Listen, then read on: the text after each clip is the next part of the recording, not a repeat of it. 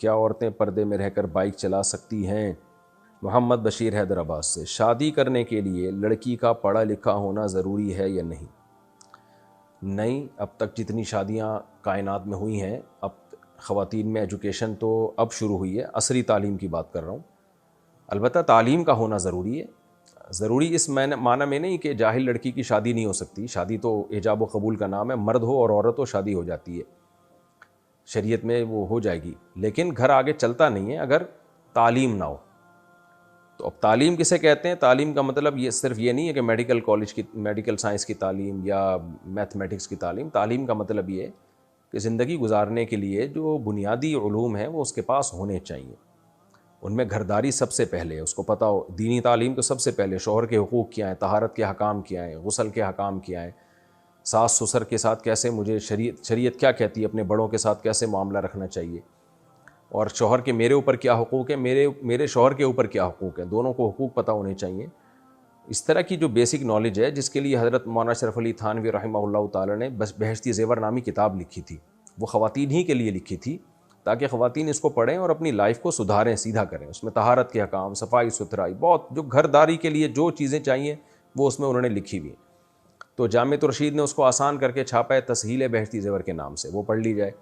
اتنی تعلیم تو ضروری ہے سب کے لیے۔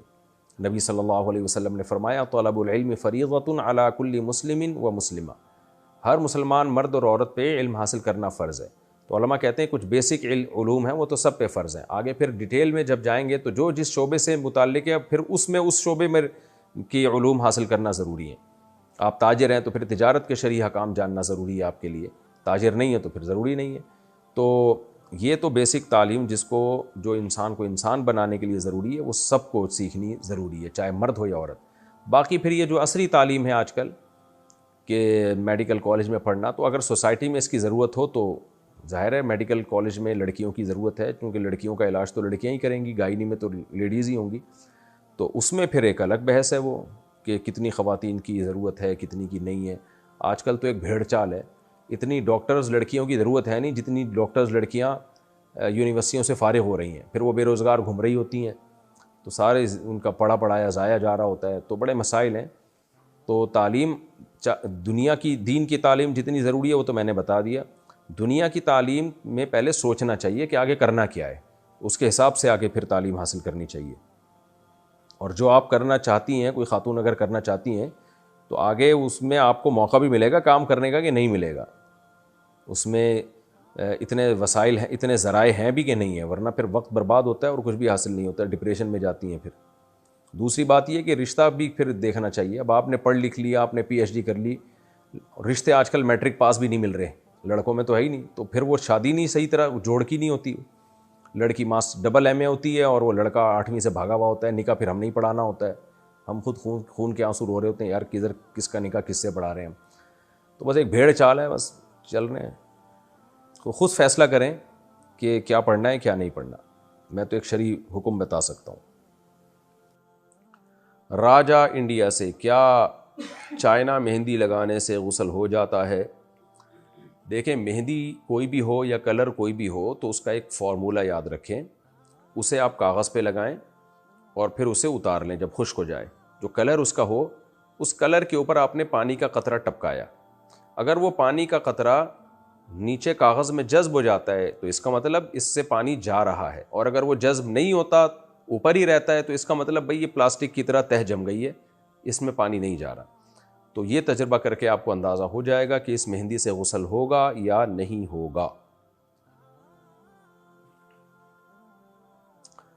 اچھا بھائی، ہم اپنے والد صاحب کے اچھا راول پنڈی سے کسی نے پوچھا، میں حافظ قرآن ہوں اور کسی دیندار خاتون سے شادی کرنا چاہتا ہوں، کہیں رشتہ نہیں ہو رہا اور ہم جہیز بھی نہیں لینا چاہتے، تو اس صورت میں ہم کیا کریں؟ رشتے تلاش کریں، یہی کریں۔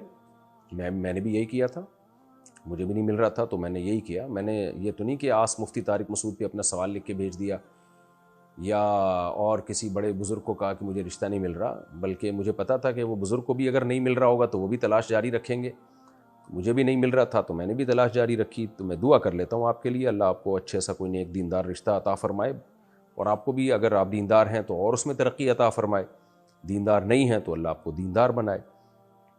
کیا عورتیں پردے میں رہ کر بائک چلا سکتی ہیں؟ دیکھیں، کسی بھی کوئی بھی وہ عمل جس میں عورت کی باڈی ایکسپوز ہوتی ہو شریعت میں وہ پسندیدہ کام نہیں ہے. تو بائک اگر مکمل پردے میں چلا رہی ہے جائز عمل تو ہے، لیکن بہرحال پسندیدہ کام نہیں ہے. تو عام طور پر صحابیات سواری کے لگام خود ان کے ہاتھ میں نہیں ہوتی تھی، وہ پیچھے بیٹھا کرتی تھیں. اونٹ پر جب بیٹھا کرتی تھیں تو ہودج ہوتا تھا، اس کے اندر جا کے بیٹھا کرتی تھیں. تو ضرورت بھی نہیں ہے نا. جائز ناجائز کی میں بات نہیں کر رہا، کوئی مجبوری ہو جائز تو ہے، لیکن بہرحال کچھ ہر جائز کام کرنے کا نہیں ہوتا، پسندیدہ نہیں ہے. اس میں حادثے کا بھی بہت خطرہ ہے. بائک کے لیے بہت کانفیڈنس چاہیے، بائک میں خطرات بہت ہوتے ہیں گرنے کے، اور گر گئے تو کیا حشر ہوتا ہے. تو خواتین کو اللہ نے کمزور بنایا ہے، وہ ذرا سا کوئی خطرہ ہوگا نا اعصاب ڈھیلے ہو جاتے ہیں، اس میں سلپ ہونے کا، گرنے کا زیادہ خطرہ ہوتا ہے. مردوں میں تو ویلیاں لگاتے رہتے ہیں ساری زندگیاں، پھر بھی بچے رہتے ہیں، بہت سے مر بھی جاتے ہیں اس میں. لیکن اللہ نے مرد کو تھوڑا بہادر بنایا ہے، کانفیڈنس دیا اس میں، تو اس میں حادثے کا خطرہ کم ہوتا ہے. اس کے باوجود اتنے مرد بائکوں میں کچل کے مر رہے ہوتے ہیں. آپ دیکھیں، ٹانگ ٹوٹا ہوا ہے، سر الگ ہو گیا، ٹانگ ٹوٹی ہوئی ہے، سر الگ ہو گیا. تو خواتین میں تو بہت زیادہ خطرہ ہے اس کا. اس لیے جان کے خوف کی وجہ سے بھی، اور حیا جو کامل درجے کی حیا ہے اس کا تقاضا بھی یہ ہے کہ یہ کام خواتین نہ کریں. اگر کوئی واقعی ضرورت ہے تو چھوٹی موٹی کار لے لی جائے، اپنے شوہر کو کہا جائے، اپنے ابا کو کہا جائے بھئی آنا جانا روز ہو رہا ہے. اس میں خواتین سیو ہوتی ہیں، بائک میں بالکل سیو نہیں ہوتی. باڈی بھی ایکسپوز ہوتی ہے ان کی، اور پھر خطرات، جان کے خطرے بھی بہت زیادہ ہیں. تو بہتر یہی ہے کہ چھوٹی موٹی کار لے کے اس کو ڈرائیو کیا جائے. ڈرائیونگ میں کوئی حرج نہیں ہے اگر پردے میں پابندی کے ساتھ ہو، برقع ہو اور پراپر پردہ ہو تو گاڑی چلائی جا سکتی ہے. اور ویسے بھی آج کل جو اچھی بائکیں آ رہی ہیں وہ کار کی قیمت پہ ہی آ رہی ہیں. کار میں سیف بھی ہوتے ہیں اور ایکسیڈنٹ کا خطرہ بھی نہیں ہوتا، یعنی کم ہوتا ہے، اور ایکسیڈنٹ ہو بھی جائے تو جان جانے کا خطرہ بھی کم ہوتا ہے. بائکوں کا رواج کسی بھی طرح سے ٹھیک نہیں ہے. ہم نے باہر ملکوں میں بھی نہیں دیکھا کہ وہاں کی خواتین میں بائکیں چلانے کا رواج ہو. اکا دکا کچھ خواتین چلاتی ہیں لیکن رواج نہیں ہے، کیونکہ ڈینجرس بہت ہے یہ. تو اس لیے اس کی حوصلہ شکنی کرنی چاہیے اس عمل کی. ہاں، چھوٹی موٹی بچیاں جو چلا رہی ہوتی ہیں پارکوں میں وہ ایک الگ بات ہے، ظاہر ہے وہ اس کا اتنا بڑا ایشو نہیں ہے، خیر ہے وہ. اچھا بھائی، ڈیوٹی کی وجہ سے اور تھکن کی وجہ سے نمازیں قضا ہو جاتی ہیں، تو کیا ہم ڈیوٹی کے بعد ساری نمازیں ایک ساتھ پڑھ سکتے ہیں؟ نہیں جناب، یہ اللہ نے جو 5 نمازیں 5 ٹائموں میں فرض کی ہیں، یہ اس لیے تھوڑی کی ہیں کہ رات کو آپ اکٹھی 5 نمازیں پڑھ لیں. تو ہر نماز اپنے وقت پہ پڑھنی پڑے گی. قرآن مجید میں اللہ تعالیٰ کا ارشاد ہے، ان الصلاۃ کانت علی المؤمنین کتابا موقوتا، نماز مومنین پر مقررہ اوقات میں فرض ہے. تو اگر ڈیوٹی کی وجہ سے نماز قضا کرنے کی گنجائش ہوتی نا تو اللہ میدان جنگ میں نماز کو قضا کرنے کی اجازت دے دیتا. اللہ نے میدان جنگ میں نہیں قضا کرنے دی، طریقہ بدل دیا. سفر میں اللہ نے 4 کی 2 کر دیں، لیکن قضا کرنے کی اجازت نہیں ہے کسی صورت میں. کیا عورت پیروں میں مہندی لگا سکتی ہے؟ جی لگا سکتی ہے. جاوید سیفی فیصل آباد سے، ہم نے اگر کسی شخص کو نماز پڑھتے ہوئے نہیں دیکھا اور اس کے رشتہ دار بھی اس بات کی گواہی دیتے ہیں تو کیا ہم اس کی نماز جنازہ پڑھ سکتے ہیں؟ پہلے زمانے میں ایسا ہوتا تھا کہ جو نماز نہیں پڑھتا تھا لوگ اس کی نماز جنازہ کا بائیکاٹ کیا کرتے تھے. یہ ہم نے اپنے بڑوں سے سنا ہے، یہ ہندوستان میں رواج تھا اور بھی دنیا میں رواج ہوگا. تو وجہ اس کی ہے کہ کبیرہ گناہ ہے نماز قضا کر دینا اور پھر پڑھنا ہی نہیں، کبھی پڑھتے ہوئے دیکھا ہی نہ گیا ہو بندہ، تو اس کے تو ایمان میں شبہ ہوتا تھا. لیکن اب یہ بیماری اتنی زیادہ پھیل گئی ہے کہ بہت زیادہ لوگ اب بے نمازی ہو گئے ہیں. تو اگر نماز جنازہ کا بائیکاٹ کیا جائے پھر تو بہت چند لوگ ہی ہوں گے جن کی نماز جنازہ پڑھی جائے گی. تو یہ تشدیداً علماء اس طرح کیا کرتے تھے پہلے زمانے میں، لیکن اب یہ حکم نہیں ہے. بہرحال ہے مسلمان، کلمہ گو ہے، تو چاہے وہ نماز پڑھتا ہو یا نہ پڑھتا ہو، بہرحال اس کی نماز جنازہ پڑھی جائے گی.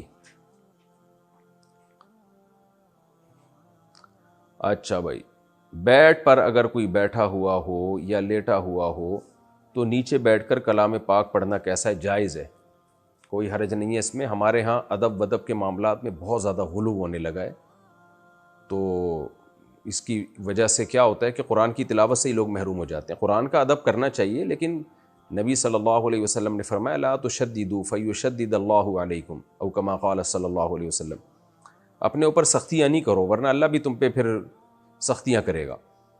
تو گنجائشوں سے فائدہ اٹھانا چاہیے، جہاں ضرورت ہو وہاں پھر ادب سے زیادہ ضرورت کو ترجیح دینی چاہیے۔